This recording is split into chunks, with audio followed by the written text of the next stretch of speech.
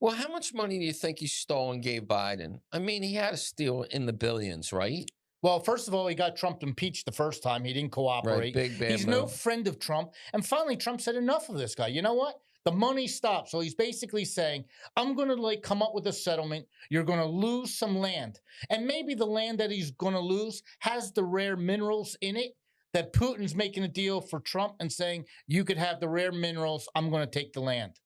Well, what do you think's going to happen? You think that Trump is essentially going to make a peace of deal with Putin and shove it down Ukraine Vlad's throat and just say, take it or leave it. We're not giving you any more money. If you don't take it, you're dead.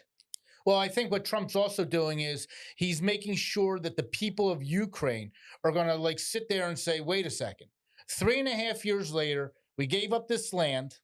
We have 1 million people dead.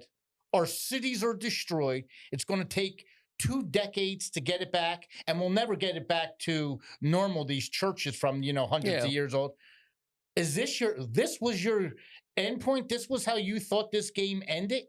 And I think Zelensky, who did not have a election, I think he will be living in Paris Right. With his billions of dollars. with his at least a couple $1 billion. He'll be living in Paris. Ukraine, Trump gave a message to the rest of Europe saying, I told you to give money to NATO, 2% of your GDP. You didn't do it. You're on your own now. Now, all of a sudden, Europe is sitting there saying, you know what? We can't count on Donald Trump right now because he told us to protect ourselves. We didn't.